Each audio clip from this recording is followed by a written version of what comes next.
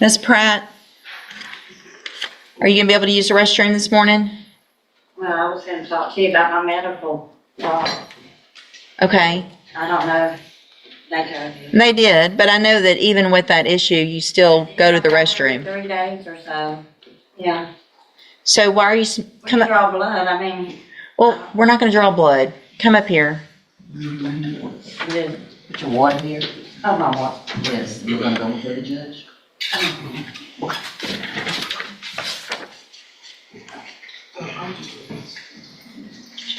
When's the last time you smoked marijuana? It was one of those little gummy things from the vape store.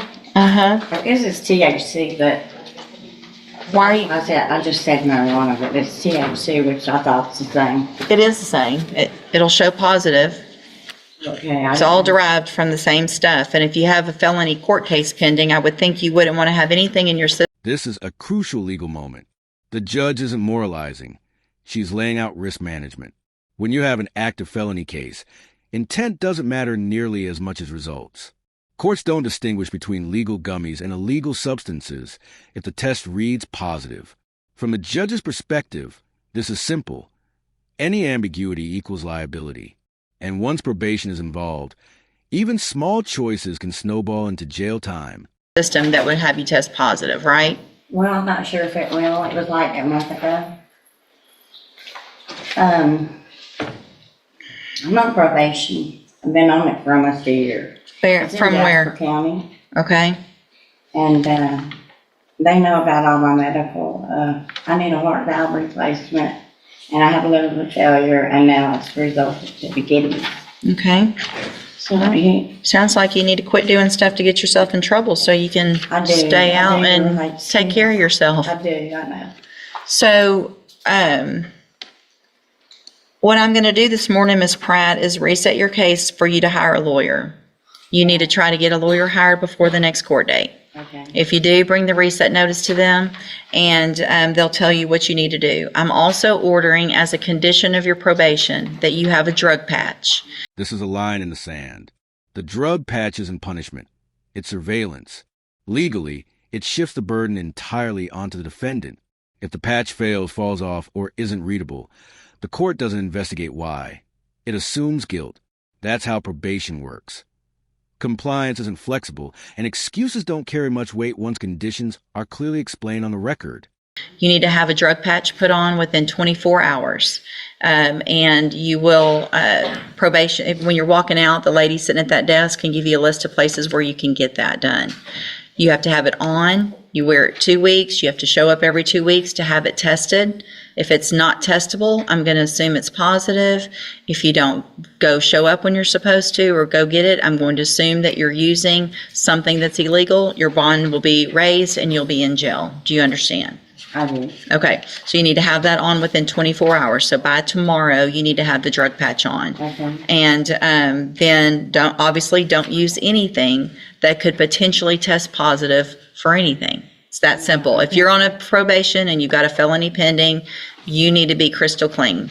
All right? Like 10 medicines that I'm on there. If you are on medication that shows you to test positive, that's one thing. A gummy from the corner store is not medication, right?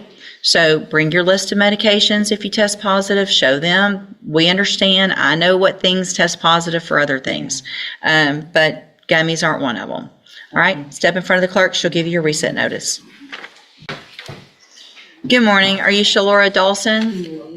And Ms. Dawson was previously in court, entered a plea of guilty to the state jail felony offense of abandoning or endangering a child. I've received the pre-sentence report. Has everyone had an opportunity to review that report? Yes, sir. Yes, sir. Ms. Dawson, if I test you this morning, you can have anything in your system? Oh, no, ma'am. I did. We're going to double check this morning before we go forward. Have a seat in the jury box. On my thing, she told me to tell the truth. Yes. I heard the dispensaries and everything, but she said that she was THC. Right. So did they tell you probably shouldn't be doing that so you don't test positive? So I don't think you're using something illegal? No, because it wasn't me smoking. It was something like a gummy that was supposed to help relax me. Right. But if it's going to test positive, then I'm going to assume the worst. So we'll get to that in a minute. I want to test you this morning, see what's in your system, and then we'll go forward in a minute. Have a seat over there in that jury box. Ms. Dawson, you tested positive for THC, which I think you anticipated, but you also tested positive for ecstasy or MDMA. Wait, what?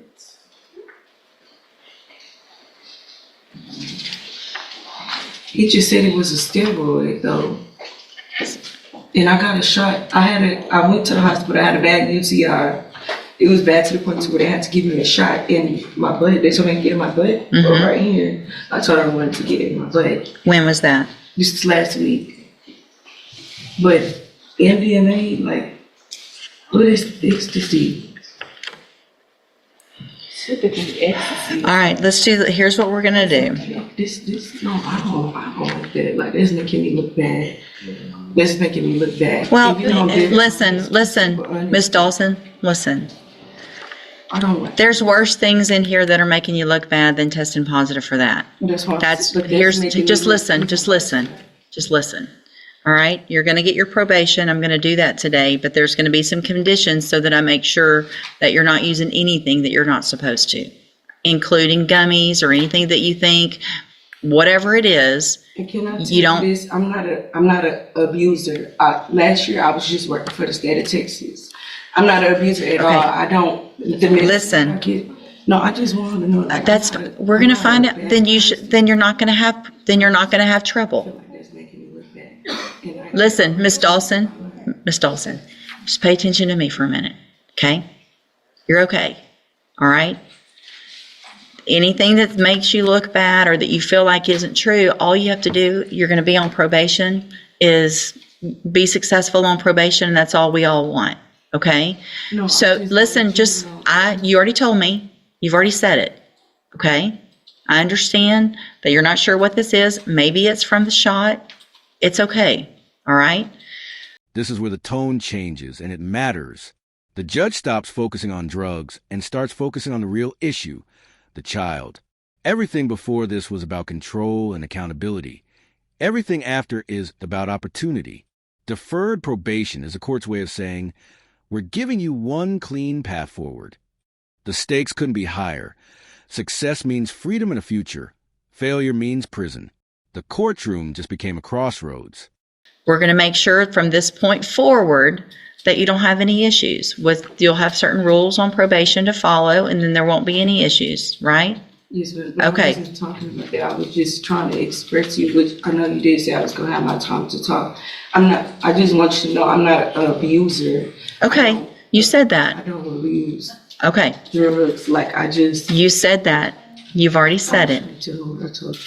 But listen, the most important thing is that you figure out how to get your life together for your child. That's what we're really here about today.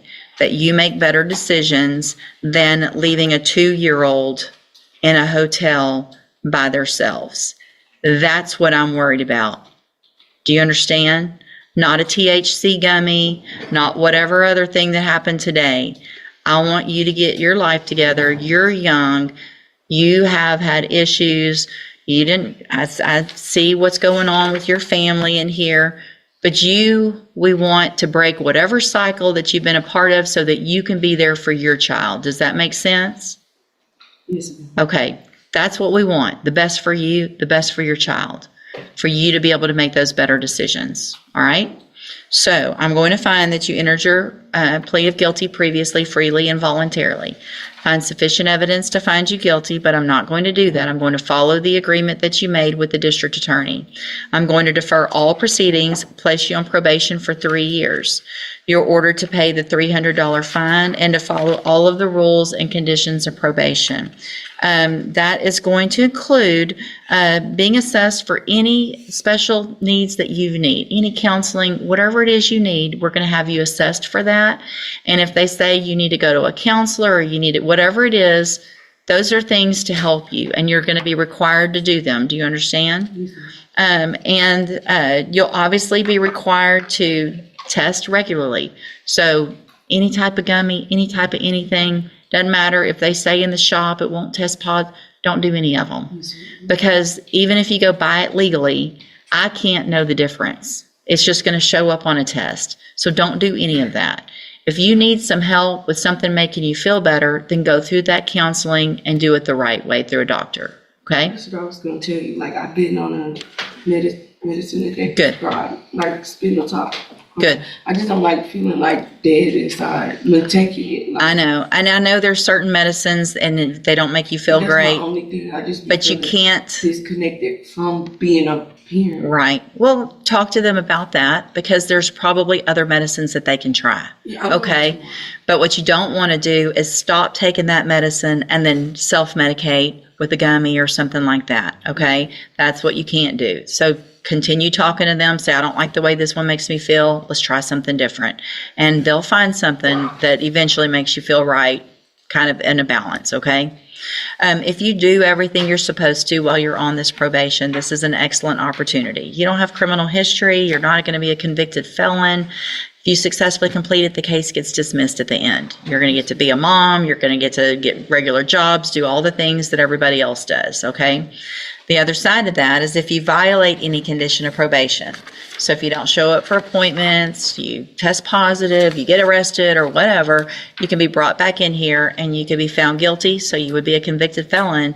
And then you could go to the state jail prison for up to 2 years. Do you understand? All right. You just need to have a seat here in the courtroom. Probation's going to call you up when she's ready to go over your paperwork. Okay. And I do want to apologize for me over talking. That's not my character. That's okay. You're nervous. I know you're nervous. I know. We're good. All right.